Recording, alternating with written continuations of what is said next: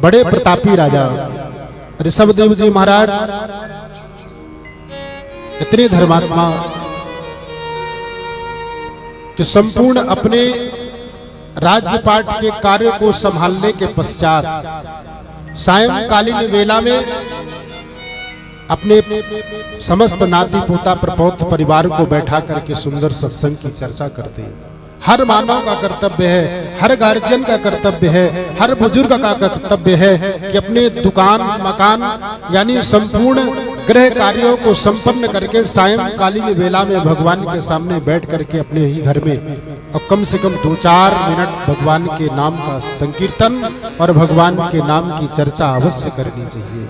इससे परिवार और घर का जो कलुष होता है वो नष्ट हो जाता है और आगे खुशहाली होती है। पर हम आप जीवन में इतनी व्यस्तता को ला चुके हैं, 2-4 मिनट परिवार के सदस्य एक होकर के नहीं बैठ पाते। और इस व्यासपीठ से तृतीय दिवस से देख रहा हूँ, धन्यवाद है हमारे इस शिवहरे परिवार को, चारों भाइयों को नजर ना लगे इनके भ्रातृ प्रेम को देख करके हम लोग, हमारे समस्त टीम के लोग कहते हैं महाराज जी इस कलयुग में भाई भाई में इतना आपस में मित्रता और प्रेम हो। हम यही कहते हैं, व्यासपीठ से भगवान से प्रार्थना करते हैं कि हर घर में इसी प्रकार सौहार्द और प्रेम बना रहे आपस में भाई भाई। इस कलयुग में बहुत बड़ी बात है और भगवान से यही प्रार्थना करते हैं कि इस परिवार में इसी प्रकार सामंजस्य और सबके परिवार में इसी प्रकार से सामंजस्य बना रहे। ऋषभदेव जी महाराज अपने समस्त पुत्रों को बुला करके और सुंदर शिक्षा प्रदान करते हैं, सत्संग की बात करते हैं, कथा कीर्तन की बात करते हैं। 100 पुत्र हैं ऋषभदेव जी महाराज के। 100 पुत्रों में सबसे बड़े पुत्र का नाम भरत है। भरत जी महाराज से ऋषभदेव जी ने पूछा कि बेटा मानव जीवन किस लिए मिला है?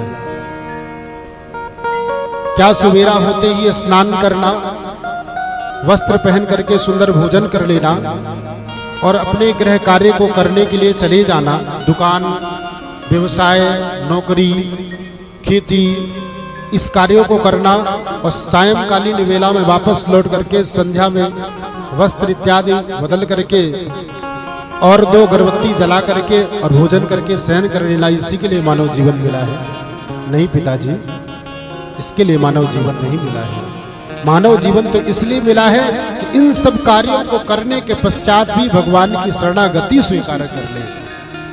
देखिए 84 लाख योनियों में अंतिम योनि है ये मानव जीवन। इसके पश्चात पुनः 1 से गिनती स्टार्ट होगी, या तो सीधे मुक्ति मिलेगी और या तो पुनः एक नंबर से स्टार्ट हो जाएगा। अब आप कहें कि महाराज 1 नंबर से स्टार्ट 84 लाख बार भोगना पड़ेगा, नहीं। अगर आप 5 नंबर वाले होंगे, 10 नंबर वाले होंगे, 1000 नंबर वाले होंगे, वो नंबर आपको मिलेगा। यानी कहने का तात्पर्य जैसा जिसका कर्म होगा उसके अनुसार वो नंबर मिलेगा। नंबर मिलने का मतलब 84 लाख योनियों का जो नंबर है ना, चक्र है, उस योनि में जाना पड़ेगा जैसा कर्म होगा।